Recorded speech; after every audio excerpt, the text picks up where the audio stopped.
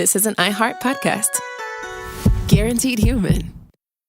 Support for the show comes from Public, the investing platform for those who take it seriously. On Public, you can build a multi-asset portfolio of stocks, bonds, options, crypto, and now generated assets, which allow you to turn any idea into an investable index with AI. It all starts with your prompt. From renewable energy companies with high free cash flow to semiconductor suppliers growing revenue over 20% year over year, you can literally type any prompt and put the AI to work. It screens thousands of stocks, builds a one-of-a-kind index, and lets you backtest it against the S&P 500. Then you can invest in a few clicks. Generated assets are like ETFs with infinite possibilities, completely customizable and based on your thesis, not someone else's. Go to public.com/podcast and earn an uncapped 1% bonus when you transfer your portfolio. That's public.com/podcast. Paid for by Public Investing. Brokerage services by Open to the Public Investing Inc. Member FINRA and SIPC. Advisory services by Public Advisors LLC, SEC registered advisor. Generated assets is an interactive analysis tool. Output is for informational purposes only and is not an investment recommendation or advice. Complete disclosures available at public.com/disclosures.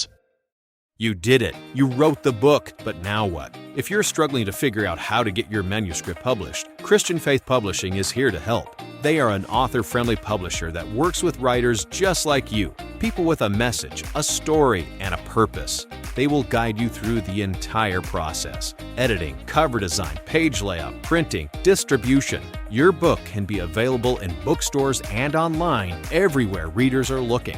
And the best part, they review your manuscript for free. Stop wondering what to do next and start moving forward. Visit ChristianFaithPublishing.com today to get your free publishing guide.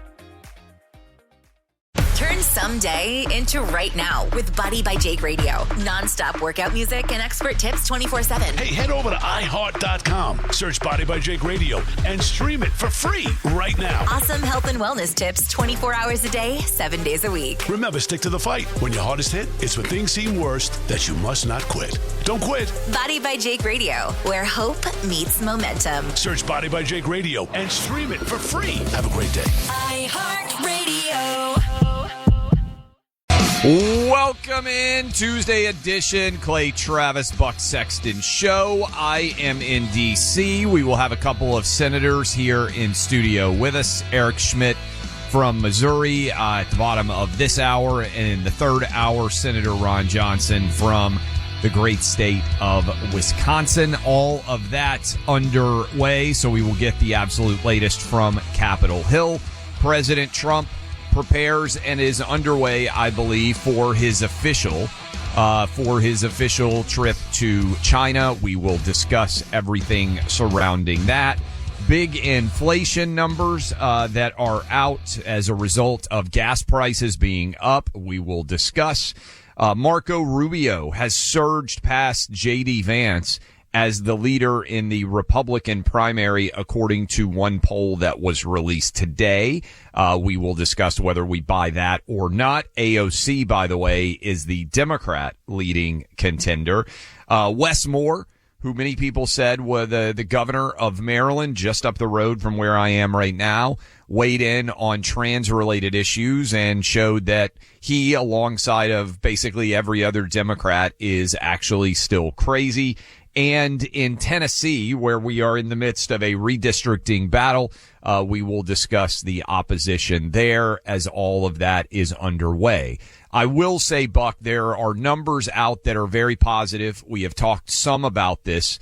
But in the state of Michigan, Mike Rogers is going to be the Republican nominee, and it increasingly is looking like a man named Abdul El Sayed is going to be the nominee for the Democrat Party in Michigan.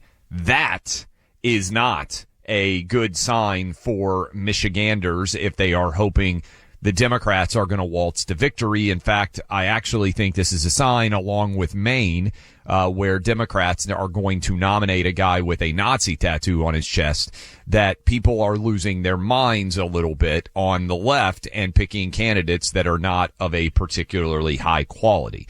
But right now, and we'll play this cut for you in a little bit, CNN has a big poll about Democrats versus Republicans. But, Buck, not surprisingly, in the wake of the inflation numbers that come out, affordability, inflation, that is the number one story right now, high gas prices, and the question is, how soon can that be reconciled? Is that kind of how you see the read right now, that gas prices need to come down in the fall?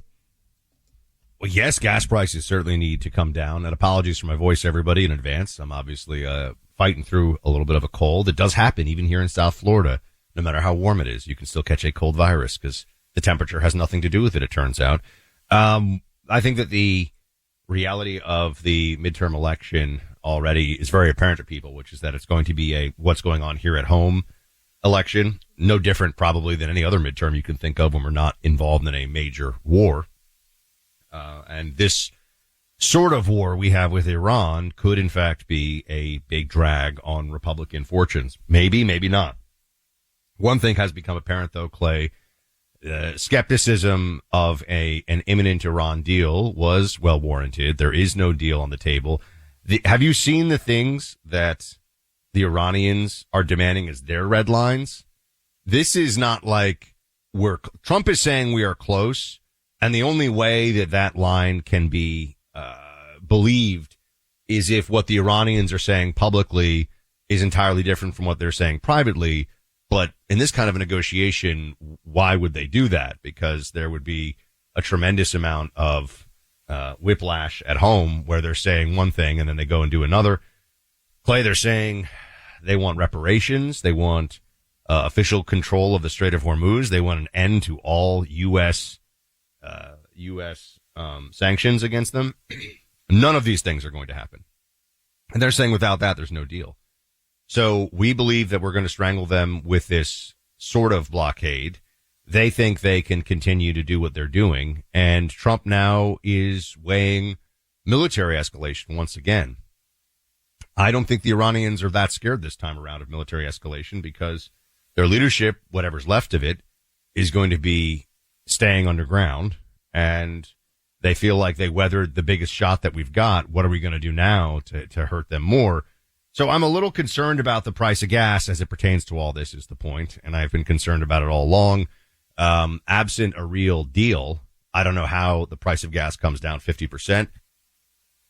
Also, I'm not hearing enough from this White House, in my opinion, about immigration enforcement. I don't know if that's because it's not happening in the same way post Minneapolis, but if that's the case, I think we've got another problem. And the inflation situation, obviously energy is driving this, but inflation jumped up a bit, which is not a good look either. So these things, I think, Clay, are fixable or at least addressable before the actual votes are cast in the midterm. But think about it this way. Absent high gas prices and this Iran adventurism, what are the Democrats running on?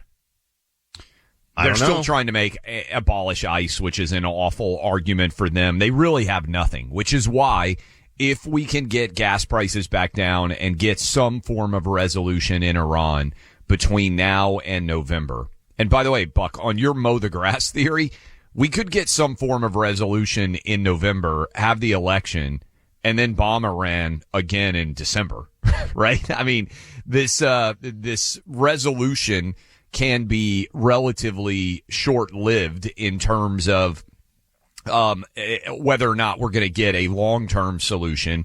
Can we get a short-term solution through the midterms, which then gives President Trump more freedom? I've been saying this for a long time. I think Trump is going to want some sort of finality associated stroke. And to me, seizing the so-called nuclear dust and bringing it out of Iran, I think is going to have a cinematic quality that leads President Trump to believe that that is the perfect ending to this whole thing. Now, we still have the Strait of Hormuz related issue in that is Iran going to stop threatening ships such that all of them can get out? There was a big article on the front page of the Wall Street Journal over the weekend, Buck, about all of the guys, they're almost all men, who are trapped on these boats and can't leave.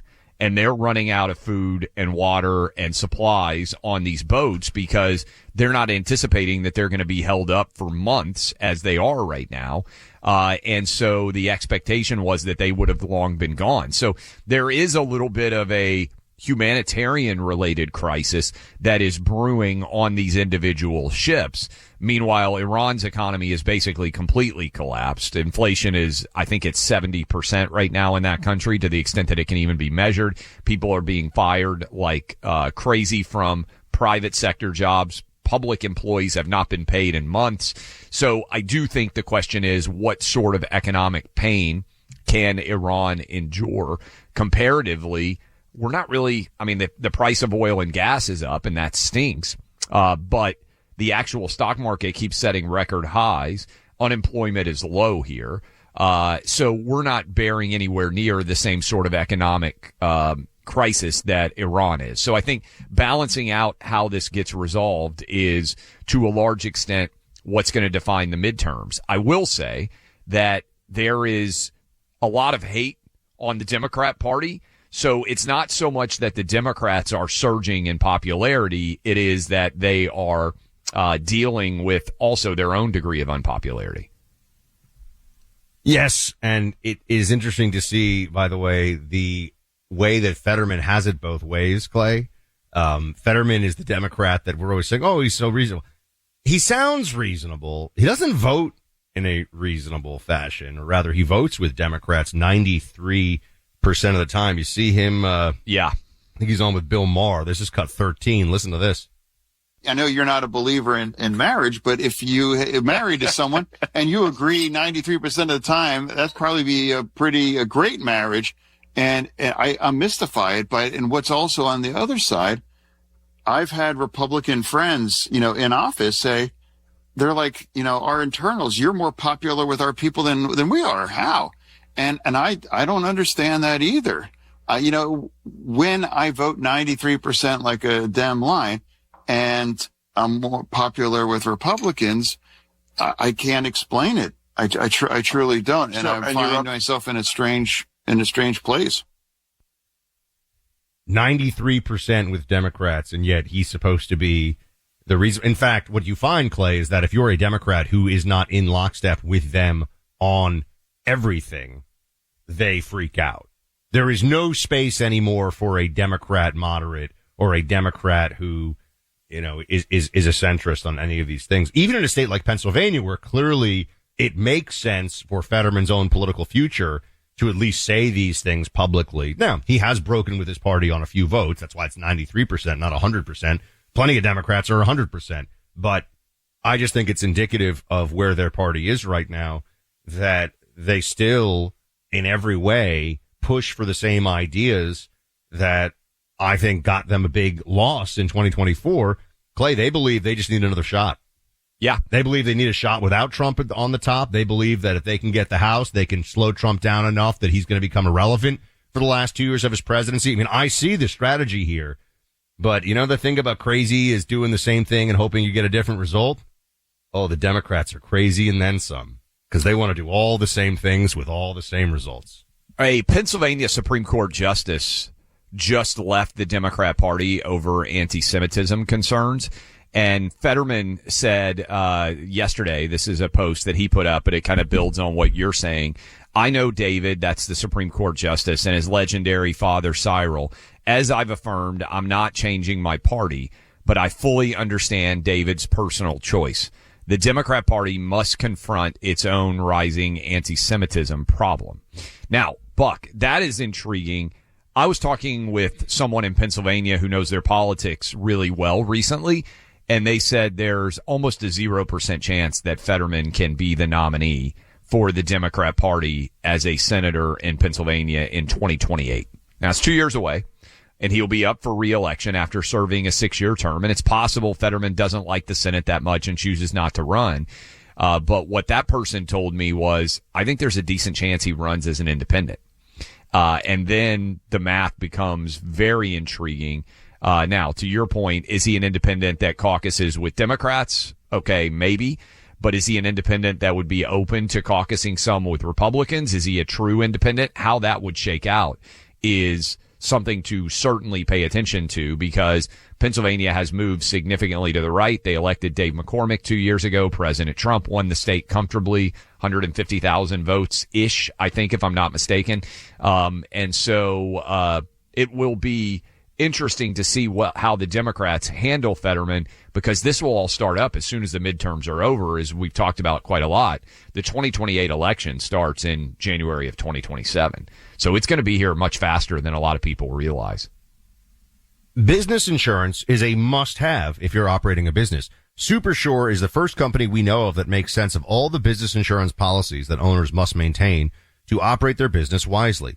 Business owners complain of multiple policies, multiple applications, different brokers, and no clear view of how it all fits together. And when questions come up, it's not easy to get the clarity you need. Supersure changes that. One broker for all your business insurance, backed by a team that works with you year-round, not just at renewal. And if you've ever stared at a policy wondering what it covers, Supersure has a fine print fax tool that translates the legal jargon into plain English so you know what's covered and what's not. Go online to supersure.com/buck. Get a full report on your current policies with no obligation. Find out if you're overinsured, underinsured, or somewhere in between. Supersure.com/buck. One powerful platform, all your policies in one place. Supersure.com/BUCK. Paid for by Supersure Insurance Agency, LLC, a licensed insurance agency. Looking for normal in a world of crazy? Clay and Buck have your back. Support for the show comes from Public, the investing platform for those who take it seriously. On Public, you can build a multi-asset portfolio of stocks, bonds, options, crypto, and now generated assets, which allow you to turn any idea into an investable index with AI. It all starts with your prompt. From renewable energy companies with high free cash flow to semiconductor suppliers growing revenue over 20% year over year, you can literally type any prompt and put the AI to work. It screens thousands of stocks, builds a one-of-a-kind index, and lets you backtest it against the S&P 500.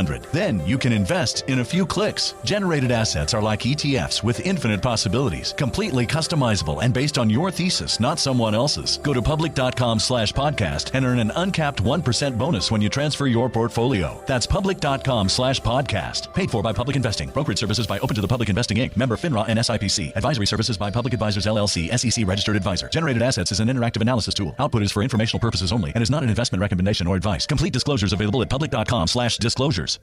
This episode sponsored by Eureka Ergonomic. Most people with a home office share a common problem. You design a beautiful space, but end up with a standing desk that feels more like equipment, not furniture. Suddenly, everything feels cold and out of place. Eureka Ergonomic is different.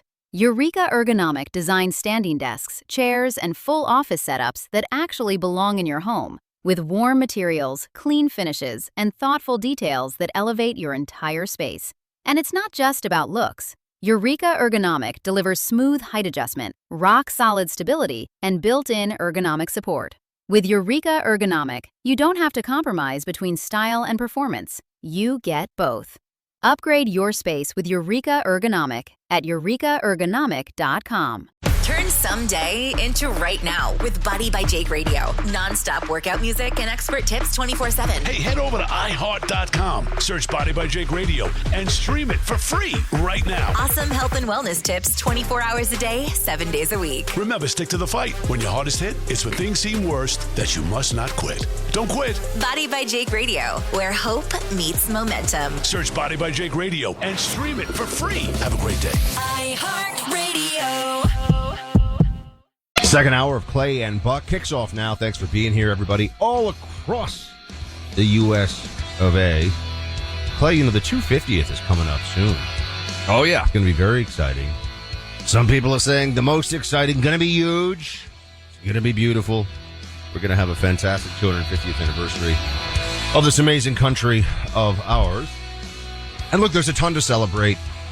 And you should always take a moment, even while we're here doing politics and current events and talking about challenges and different ideologies and things that should be done differently and failures. We're about to get into failure of the L.A. mayor and how people in L.A. should make a different choice here and go with Spencer Pratt.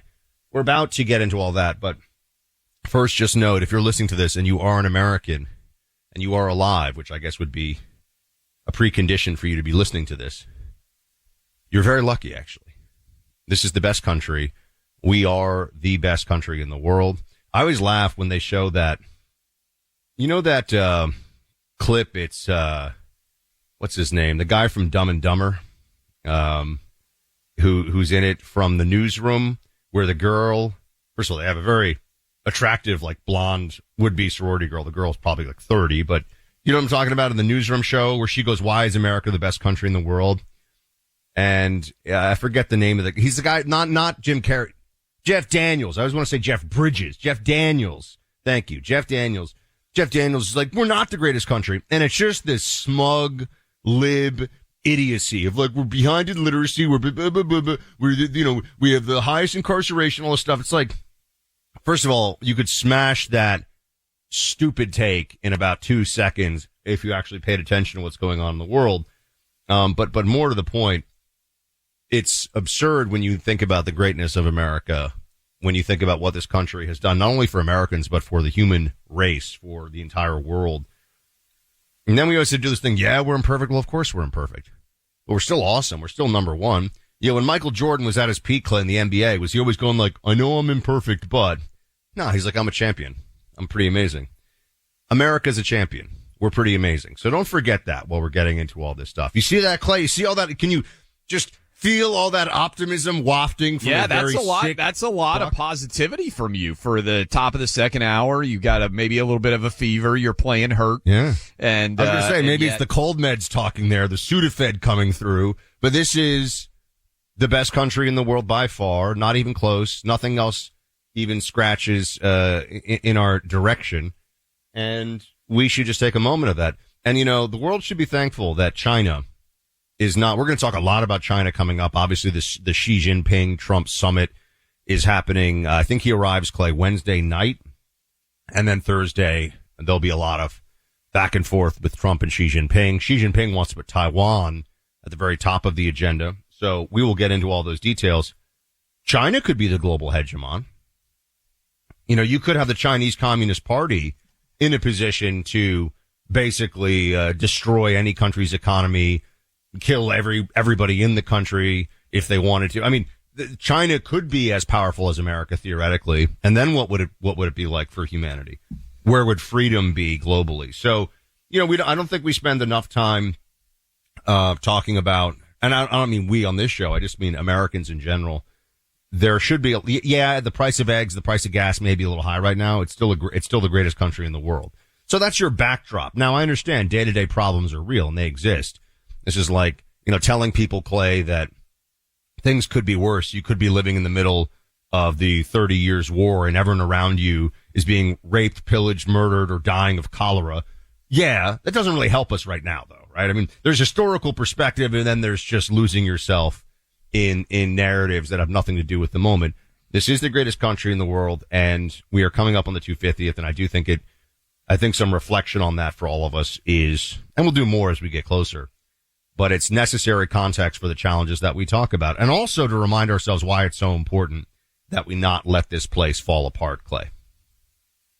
I think all of that is true, and I also yesterday, Buck, was talking about this midterm in terms of looking years ahead. And I understand everything is immediate and we have very sort of goldfish attention spans in the United States, which likely has been exacerbated by TikTok and Reels on Instagram and everything else. The amount of deep thought that is typically corresponding with policy is quite rare.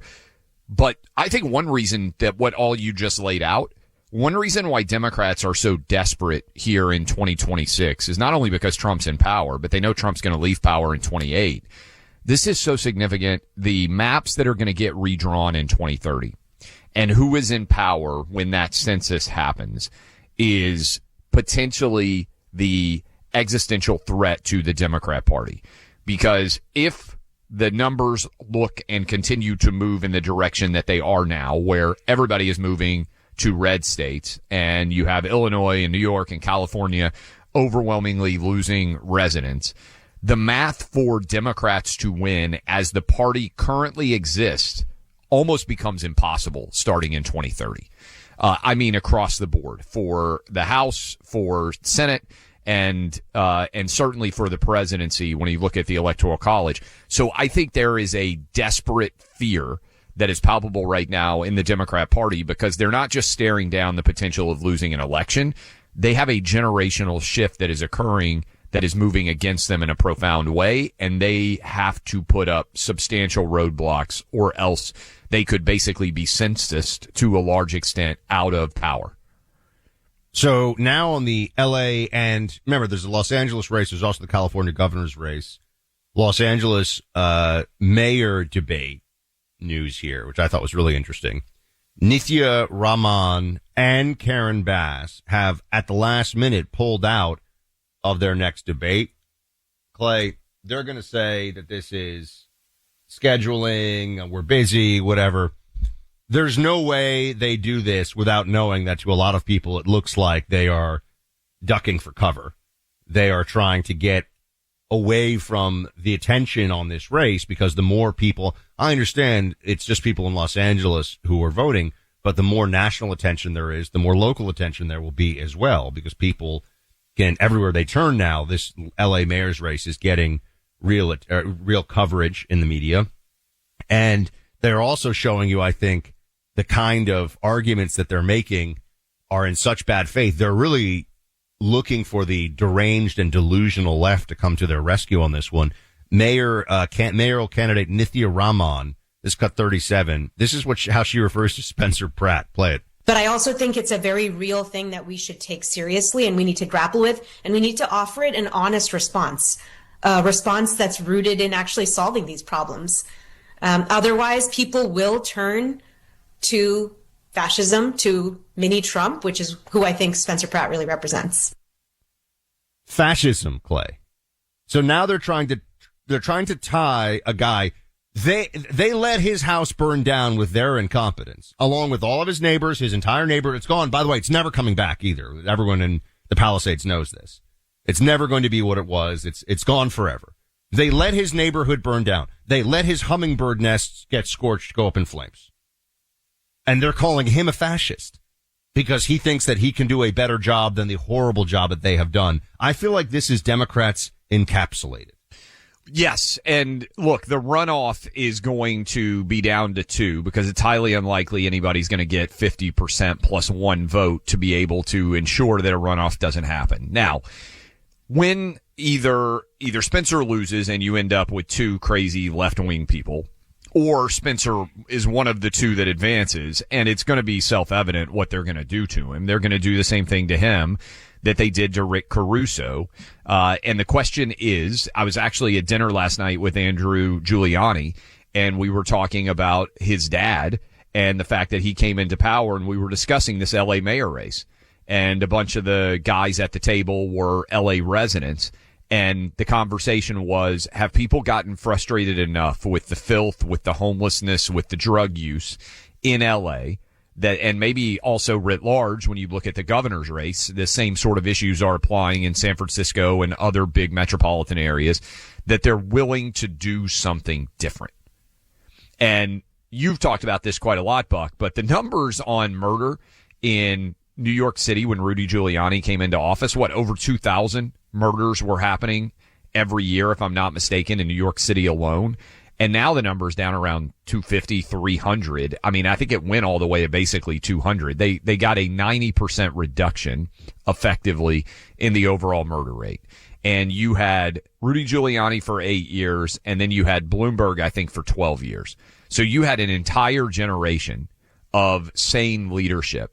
The question that LA is going to face is, are they going to pull a Chicago, and are they going to go from Lori Lightfoot to Brandon Johnson like Chicago did, where you arguably, I think, got even worse? Could you end up with somebody worse than Karen Bass? I think you could. Or are they going to recognize that it's time for a modern era Rudy Giuliani in LA? Spencer represents that.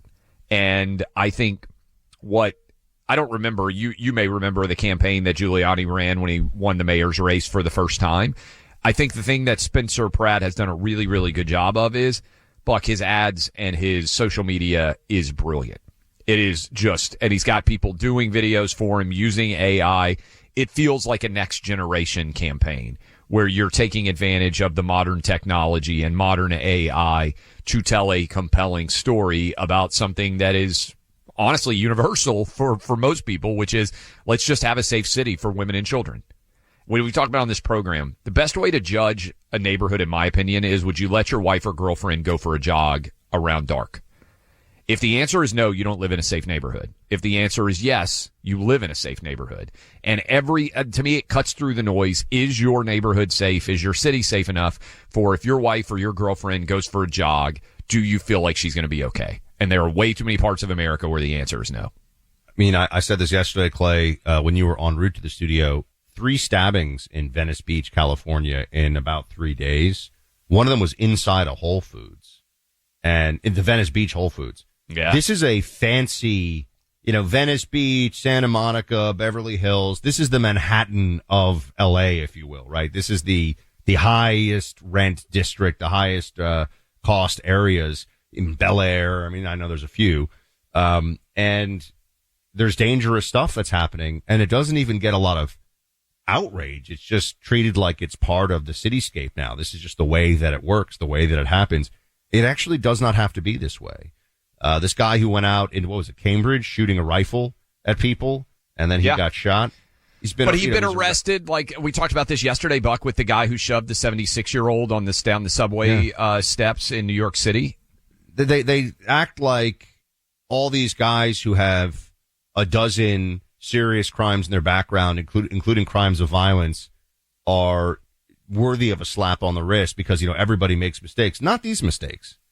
And the people that are putting these individuals back on the street until they throw, see this guy who threw a senior citizen down the stairs and killed him? No reason. Just ran up behind an old person near the subway. Yeah, 76-year-old. Shoved him off the top of the, we wouldn't really know about this stuff if all the video and surveillance stuff didn't exist and if X didn't allow us to share it so freely. We know who's doing the crime. We know the Democrats don't want to talk about it. We know that the people that are in charge of keeping us safe have screwed up and are actively making decisions. See, Clay, I think it's worse than they're not good at their jobs and so these things happen. I think that whether it's Mamdani or Karen Bass or name your Democrat in any city in America, they make choices that result in old people being thrown down the stairs to their deaths in a violent and completely senseless end because that's the cost of social justice to them.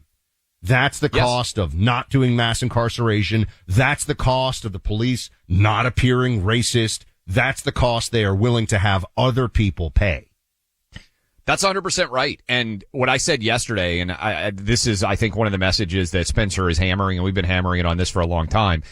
Refusing to put violent people behind bars is not kind because ultimately it leads to directly what happened with that 76-year-old in New York City. Buck, there was a woman who that guy previously shoved in a subway, and the quote yesterday that was out was that she didn't want to prosecute him because she didn't want to see another black guy in jail.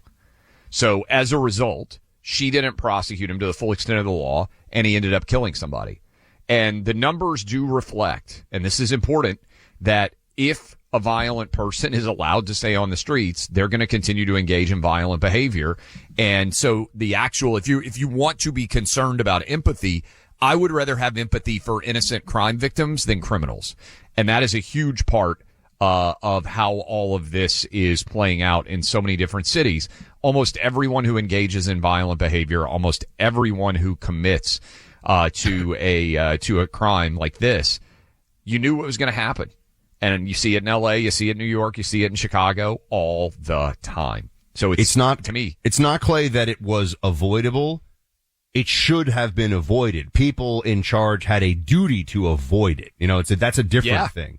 Well, I also think if you want to be empathetic, the empathetic thing to do is to protect innocent people who have done nothing wrong, not to protect criminals. And people are being taken advantage of by using their empathy against them. And I actually think if you just use that empathy and redirect it to the people that actually deserve it, it is the innocent people who are becoming victims of crime from people who should have never been on the streets. Born on America's darkest day of 9/11 25 years ago, Tunnel to Towers Foundation's been helping America's heroes ever since. Heroes like New York City Fire Department Lieutenant Edward McDonough Jr. He was a Marine Corps veteran, lifelong public servant. He was on the front lines at Ground Zero in the days following 9/11. He cleared debris while serving his city with courage and dedication. He rose through the ranks of the New York City Fire Department, ultimately becoming a lieutenant and inspiring those around him with his leadership and humor. Edward battled 9/11 related cancer for more than 3 years before passing away. He leaves behind his wife Kimberly and their 5 kids. In this 25th anniversary year of 9/11, we continue to see the toll that day still is taking on heroes and their families. Tunnel of Towers honored Edward by paying the McDonough family mortgage. For help more families like the McDonoughs, your donation today can provide hope and stability to those who gave everything in service to our communities. Donate $11 a month and amplify your impact with a car or land donation. Go to T2T.org. That's T, the number 2, T.org. Preset your pals. Clay and Buck on the iHeart app. Welcome back in. Hour number 3, Tuesday edition, Clay and Buck. I am up in D.C. I was at the White House yesterday. Saw a lot of our friends, Buck, as Indiana was given the presidential seal of approval for their 16-0 football team. Perfect day on the South Lawn. A lot of fun. Good crowd. And are they the best college football team of all time? Are they the best college football team of all time? Is that fair? They are the first college football team since 1894, I believe, to go 16-0. Having said that, if you ask me right now who I think the best college football team of all time was, I think it would have been 15-0 LSU with Joe Burrow as the quarterback, a bevy of incredible talent on that team that won the national championship, I believe, in 2019. That was one of the last events before COVID shut down everything, Buck. LSU won the national title in New Orleans in the mid to late January of 2020. Then the Super Bowl happened, and then all hell broke loose with COVID. So, good question. I think I would go 2019 LSU. Some may agree, some may disagree, but I think I would say that's the best team that I've seen. 2001 Miami, which actually was also an incredible team. Those would be a couple that I would put right near the top all time. Okay, we got a couple of different things that are going on out there. President Trump, I believe, guys, has boarded Marine One to head. He was fielding questions on the South Lawn en route to the airport as he gets ready to leave for China. So President Trump underway. On his way to fly. He's still taking questions, according to producer Ali. And we'll see. We'll monitor this and see if there's any major news that comes out of him taking questions before he embarks on that long plane trip to China. Okay, Buck, I wanted to play this for you. We talked earlier about the fact that racial redistricting, racially motivated gerrymandering has been essentially ruled to be unconstitutional. Essentially. They didn't completely override it, but effectively they have. It's kind of racist, really. It is, in fact, racist, arguably, to be drawing things based on race. And so that was basically what the Supreme Court said. Here is CNN, Bakari Sellers. This is the argument he made last night. Listen. If somebody fell asleep in 1896 and woke up today in 2026, they would simply say the only difference is now Negroes have a TV show and we wear nice suits. They swapped out Klan hoods for Brooks Brothers suits. And that is the problem. I mean, Plessy v. Ferguson was 7-1, and it gave birth to 50 years of Jim Crow. What we have with this court right now, what we're seeing is watching people who have fought and died and bled so that we would have access to the ballot box, so that we would have access to our voices being heard in Congress, being ripped away. And I think that there is a casual laughter from people we believe to be our friends on the right who are showing us true colors today, because the most sacred, or one of the most sacred acts you have in the United States of America is the ability to cast a ballot and elect someone and send them to Congress, the State House, or a mayoral seat that represents your interest. And now black folks throughout the South are being silenced. And I don't find that to be a laughing matter. This is pretty shameful, Buck, even for CNN, because this doesn't directly impact anybody's right to vote. And you'll notice that they got embarrassed because in Memphis, which is a district that has been redrawn now, you have a guy named Steve Cohen, who is a white Jewish guy that has been representing Memphis for a long time. And you know who he usually beats in the race when he represents Memphis? Black guys? Black Republicans? Black woman has been the last couple of times the nominee to run against him in Memphis. So this racial dynamic is pretty nasty of Bakari Sellers. I also think I wanted to play this because this is a guy named Justin Pearson. He is a Tennessee State rep. Buck is laughing because he has seen these clips, but I just want to play these for you. This is the guy who is in Memphis and is saying that he is so terribly upset about what has happened.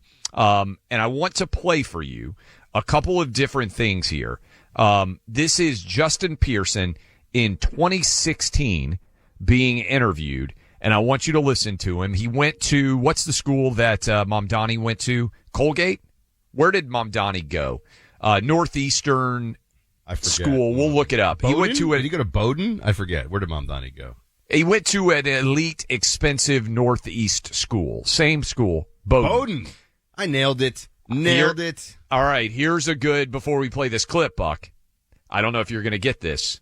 What is the Civil War connection for Bowdoin College in a significant way that we have talked about this month on this program? Well, clearly it was General Bowdoin who helped Grant in the Vicksburg campaign. No, I have no idea.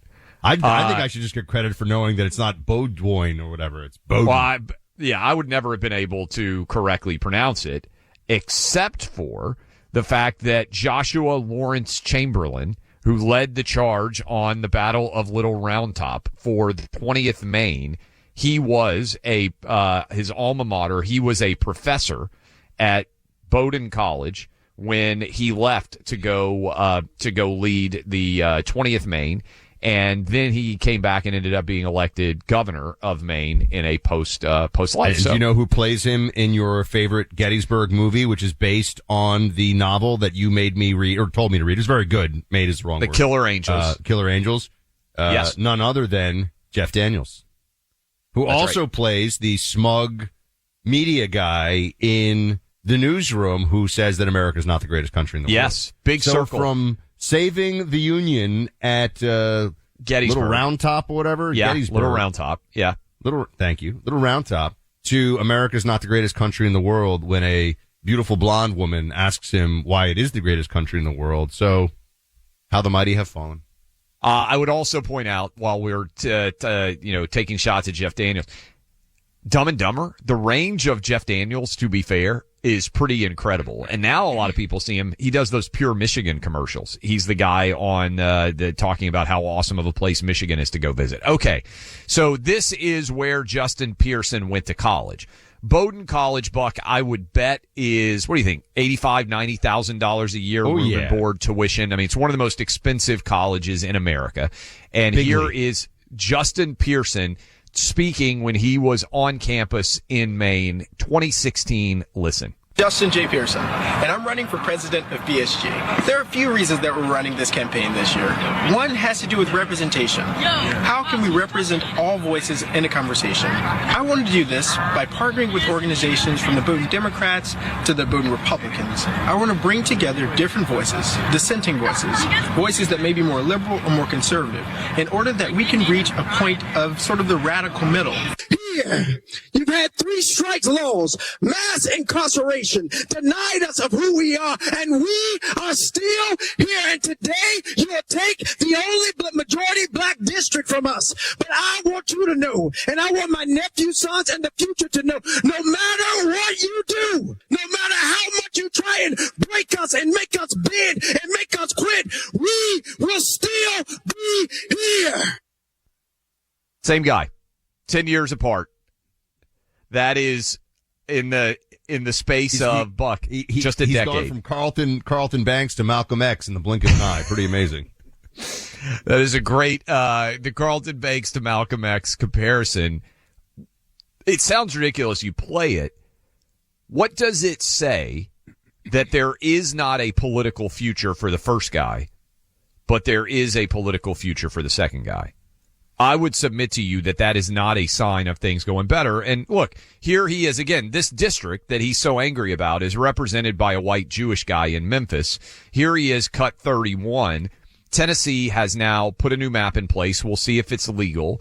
There's lots of challenges going out there to make Tennessee a 9-0 state so that it resembles more so the Northeast, which is all Democrat. They don't allow any Republicans. Here's cut 31 from Justin Pearson. This is the stealing of congressional districts. This is the stealing of people's voice to literally rig it so that he can win. You have the most unprincipled people who are in political offices right now. The same people who say they care about democracy and this is a republic and people should be able to choose their elected officials. Their elected officials shouldn't be able to choose them. Those same Republicans who would say those lines are now the co-conspirators along with this white supremacist president of the United States to take and to steal this election because he doesn't want to be impeached, because he doesn't want to be held accountable for the American citizens he killed with these ICE raids and the deportations that he has caused. He doesn't want to be held accountable. So they are literally rigging and stealing elections and congressional seats. So he sounds a little bit more like himself from Bowdoin College there in that argument. But again, the lack of racial gerrymandering, I think in the long run is going to be much better, right? We'll get better quality of representatives. And this argument that we're in 1896, I mean, it's particularly pernicious, I think, Buck, from a guy like Bakari Sellers, who is from South Carolina. Tim Scott is a black senator from South Carolina. So you actually have in the state of South Carolina one of the three most powerful guys or gals, the governor and the two senators, I would argue probably are the three most powerful politicians in South Carolina. Tim Scott's been winning overwhelming election in the state of South Carolina. A guy that we have had on a lot on this program, Wesley Hunt, represents a majority white district in Texas right now.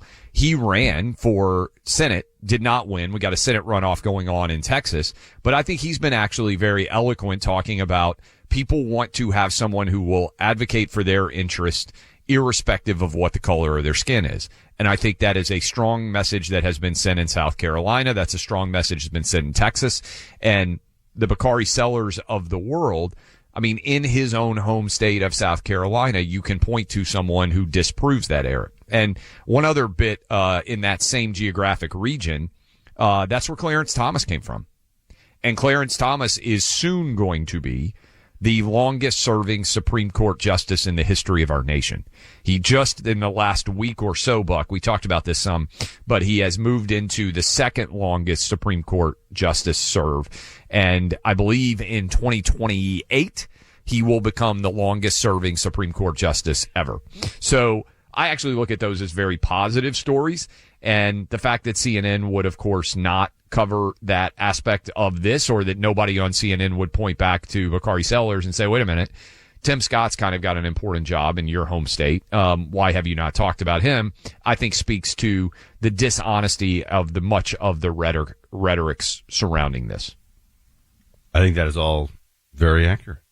I agree. I'm just right now, Buck, scrolling through to see if President Trump has made any more news. He's got a bunch of things. We're going to dive into them here in a second. Yeah. We have a bunch of clips from President Trump just now speaking to the press. We will bring you up to speed on the latest after a word from our sponsor, Clay. Yes, and our sponsor is the IFCJ, and there's going to be some news coming out of the Middle East, and we will see what ends up happening with everything having to do with that negotiation. As President Trump's about to take a super long flight, hopefully we will be able to limit the amount of bombs that are dropping in Israel. But right now, the IFCJ is in the business of actually doing something really important. They help build bomb shelters. They help build hospitals that are more secure. They help build cars that have protection in them so that everybody can be taken care of. IFCJ on the ground in Israel, delivering food, caring for the vulnerable, reminding those they serve that they're not alone. You can help with prayer, donations, advocacy as well. Visit the website to help. PrayIFCJ.org. That's PrayIFCJ.org, the International Fellowship of Christians and Jews. PrayIFCJ.org.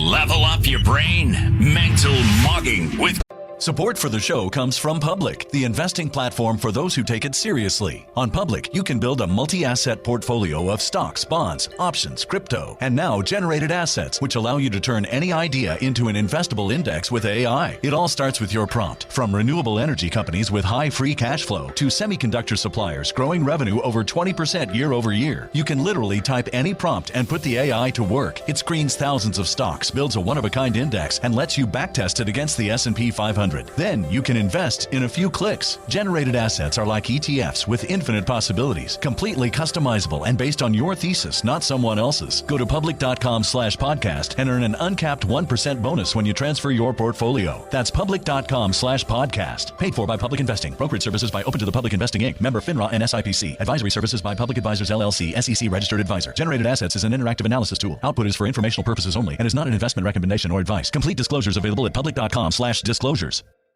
Turn someday into right now with Body by Jake Radio. Non-stop workout music and expert tips 24/7. Hey, head over to iHeart.com, search Body by Jake Radio, and stream it for free right now. Awesome health and wellness tips 24 hours a day, 7 days a week. Remember, stick to the fight. When your heart is hit, it's when things seem worst that you must not quit. Don't quit. Body by Jake Radio, where hope meets momentum. Search Body by Jake Radio and stream it for free. Have a great day. iHeartRadio. Welcome back in. Just rolling in. He's got a super busy schedule. We appreciate the time. Missouri Senator Eric Schmidt. Midterms are coming closer. I wanted to play this for you. This was on CNN a bit earlier. Cut 36, and I want to hear how you think this squares with what you hear from your constituents in Missouri. This is Harry Enton talking about, hey, people aren't that happy with Republicans right now, but Democrats are also historically unpopular.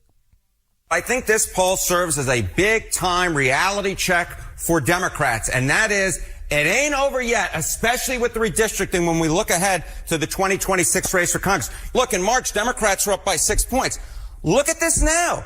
Democrats are up by 3 points, and I want you to note the yellow lettering. No clear leader. It is within the margin of error. We talk about, economic approval rating for the president. We talk about the net approval rating. Among registered voters, if we look among registered voters, the net approval rating, he's 36 points under. Where to go? There's no way Republicans could possibly hold on to the House. But look at this. Which party is trusted more in the economy?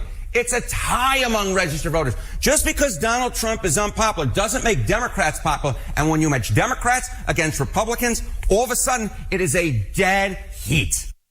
All right, so does that square kind of with what you're seeing? How would you assess the Senate? How confident are you in Republicans maintaining control? I mean, I think we're going to hold the Senate. The challenge for a midterm always is you don't have this true binary choice like you do in a presidential, right? Where you've got the two leaders of the party going toe to toe and you have to make this kind of binary choice, which is why midterms are a little more harder to judge. But I do think that by the time we get to the fall, Republicans are going to make very clear the contrast, right? What happened during the 4 years of Joe Biden? We had a wide open border, right? That's been closed. We're deporting people now. There are 15 million people here illegally.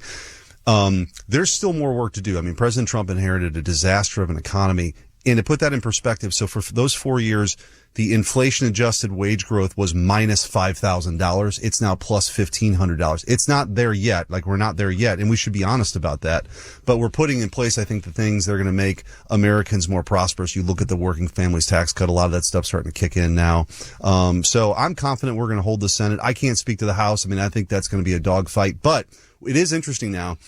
This decision by the Supreme Court last week. Oh, yeah. I've written DOJ. They ought to be on offense, going after these districts that are racially, the motivation was race in California specifically.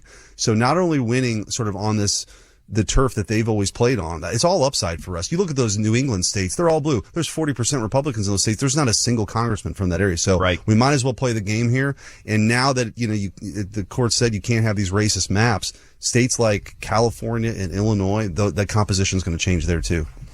Senator, it's Buck. Thanks for being with us. Yeah. We were just talking at the top of the show about gas prices up 50%, maybe more since the beginning of the Iran crisis.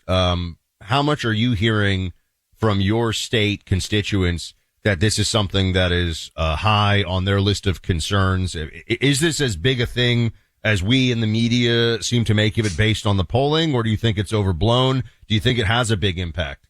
Well, I don't want to minimize it. I mean, look, I fill my car up with gas like everybody else, and it's higher than it was certainly 6 months ago.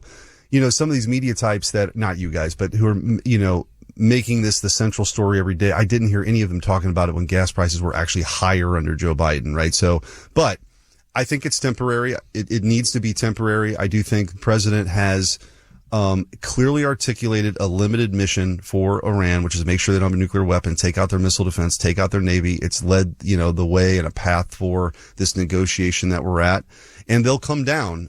It's a different scenario than when the Democrats, I think, had a terrible energy policy that wasn't going to change. I think you can see the fact that prices will come down, but I'm not minimizing it. I don't like that they're higher than they were 6 months ago. When you look, you were the Attorney General in Missouri. Yesterday we had Alex Berenson on. The United States government settled with him and acknowledged that Joe Biden back in the day and his administration was restricting what he could say about COVID. You have filed a lawsuit there. I'm curious your reactions to two. You kind of hinted at one, the Calais, Louisiana decision. Was that what you expected, which has ended basically racial gerrymandering?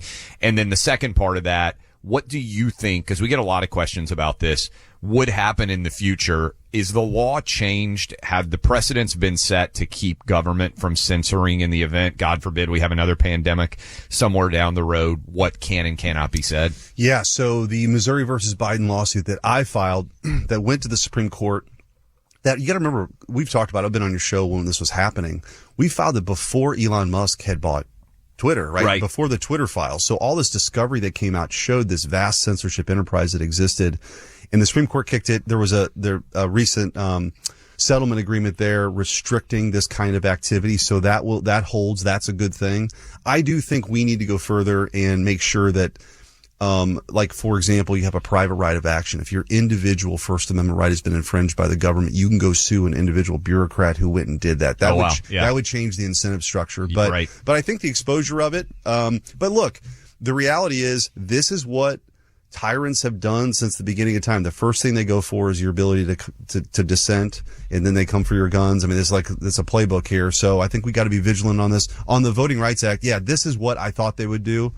It was pretty well telegraphed. And there's just no way with the admissions case that came down, this sort of, this regime that the Democrats put in place that was only about power, really, is now crumbling down. This sort of race, they're race obsessed and power hungry. And now the courts have said you can't have racist maps. The Democrats, ironically, fought for those racist maps decades ago. Now they're still fighting for them. And it's going to have dramatic implications, not just in the Southeast, but in California, I think is next if DOJ takes them to court. Speaking of Senator Schmidt of Missouri, and Senator, where does it go, you think, with we've been talking about the redistricting and these fights now playing out. It seems like the Democrats might have misjudged things a bit in Virginia. I know Clay was talking yesterday on the show about how they're thinking about firing all of these state Supreme Court justices, effectively retroactively lowering the mandatory retirement age, replacing them all, just out with the bathwater and the baby, the whole thing, in order to try to achieve more power in that state. Is this just now, is the status quo now just going to be maximal, or maximum partisan gerrymandering in every state without apology and without reprieve? What do you think? Well, I would argue in kind of the new Republican Party, under President Trump, one thing I think that will be remembered is his, part of his legacy is that Republicans should fight back. I think for a long time, Republicans played a very different game than the Democrats. I referenced the New England states. That's why when this whole thing started, I was very clear. It's all upside for us. We haven't played the same game that they played. And the courts have been clear that you can have maps that are political considerations. You can't have race be the consideration. And ironically, in California, this independent commission they established, which was to game the system, the map maker himself said that these districts were based on race, which is why DOJ should immediately be going at California and upend that map. So, look, I think this is where we're at. And by the way, those census numbers in 2020 were inflated to benefit Democrat states. You've seen the exodus out of places like Illinois and California and New York to Republican states. So I think over the next 4 years or so, it's going to be pretty dramatic. So this kind of structural astroturfing they've been doing for a long time is going to go away, which is why you see Hakeem Jeffries sound like an insane person now. They understand what's going on. And now that we're in the game and we're fighting back, they know what that means for their grip on power, which is why they're so desperate. You walked in here and told me, hey, among many other things you're working on, Arkansas basketball coach John Calipari was in your office. The commissioners of the Big Ten and the SEC are up here. FIFA World Cup is kicking off. I think a lot of them are going to be at the Fox event that is going on tonight to celebrate that. SCORE Act is being brought up on the Hill. Is Congress going to be able to do anything? I know this has been a never-ending question. Yeah. Buck's like, what in the world's going on with NIL?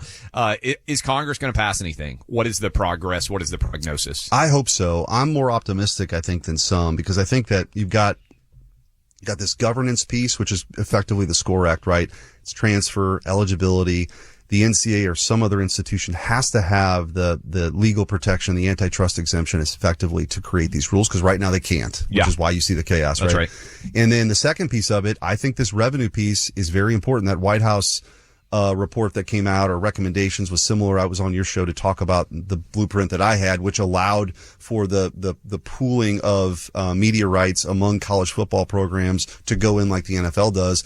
I think if college football is at $4 billion all in right now, NBA's got half the eyeballs at $8 billion. Yeah. That's where you're going to get the revenue to save the Olympic sports and save the non-revenue sports. So I think that the combination of those two things, that's the path to get 60 votes in the Senate. And so that's what I'm working on. Buck has got over 100 mile an hour serve. I don't know if he saw this story, but Arkansas cut men's and women's tennis. I know it's just south of you in Missouri.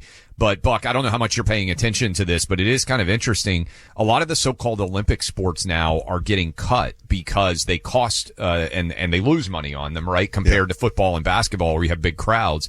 Buck, the Olympic sports, I mean, your 100-mile-an-hour serve, I know you're still getting the shoulder loose and you got a little bit of a cold right now, but you got to protect tennis.